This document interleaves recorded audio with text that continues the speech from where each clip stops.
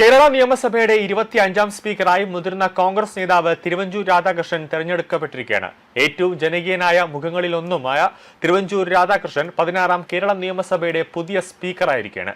A ഗ്രൂപ്പിന്റെയും Congress പാർട്ടിയുടെ പ്രതിസന്ധി ഘട്ടങ്ങളിലെല്ലാം കാവലാളായി നിന്ന 50 വർഷത്തോളം പതിറ്റാണ്ടുള്ള ഒരു രാഷ്ട്രീയ അനുഭവ സമ്പത്തുള്ള തിരുവഞ്ചൂരിനെ സ്പീക്കർ പദവിയിലേക്ക് നിയോഗിക്കാനുള്ള UDFന്റെ തീരുമാനം ഒരു മികച്ച തീരുമാനമെന്ന് തന്നെയാണ് രാഷ്ട്രീയ നിരീക്ഷകർ ഇപ്പോൾ പറയുന്നത്.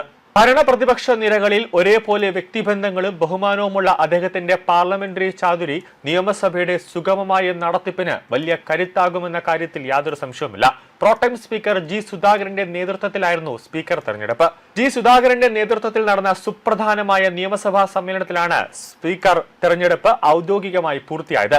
സംസാരത്തിനിടയിൽ പലപ്പോഴും സംഭവിക്കാറുള്ള നാക്കുപിഴകളാണ് സോഷ്യൽ മീഡിയയിലും രാഷ്ട്രീയ വേദികളിലും തിരുവഞ്ചൂരിനെ എപ്പോഴും ഒരു സജീവ ചർച്ചാ വിഷയമായി വലിയ രീതിയിലേക്ക് ഒരു ചർച്ചാ വിഷയമായി പോകാറുള്ളത്.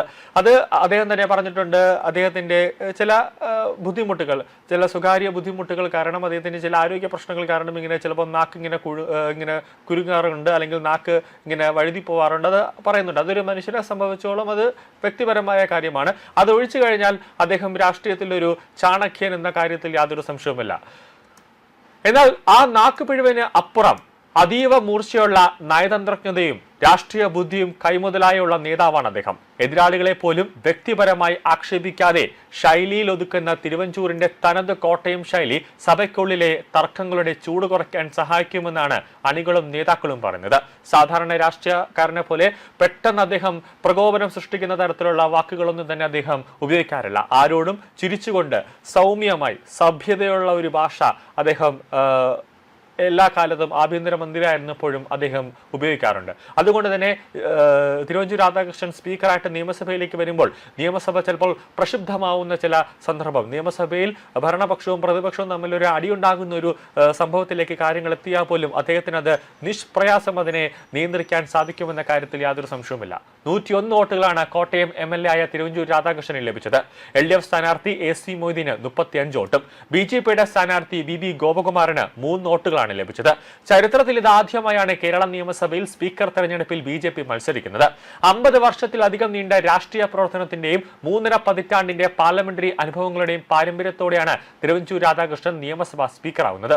നിലപാടുകളിലെ കർക്കശ്യവും ഇടപെടലിലെ ലാളിത്യവുമാണ് മുൻ ആഭ്യന്തരമന്ത്രി കൂടിയായ തിരുവഞ്ചൂരിനെ ഒരു വ്യത്യസ്ത രാഷ്ട്രീയക്കാരനാക്കി മാറ്റുന്നത്.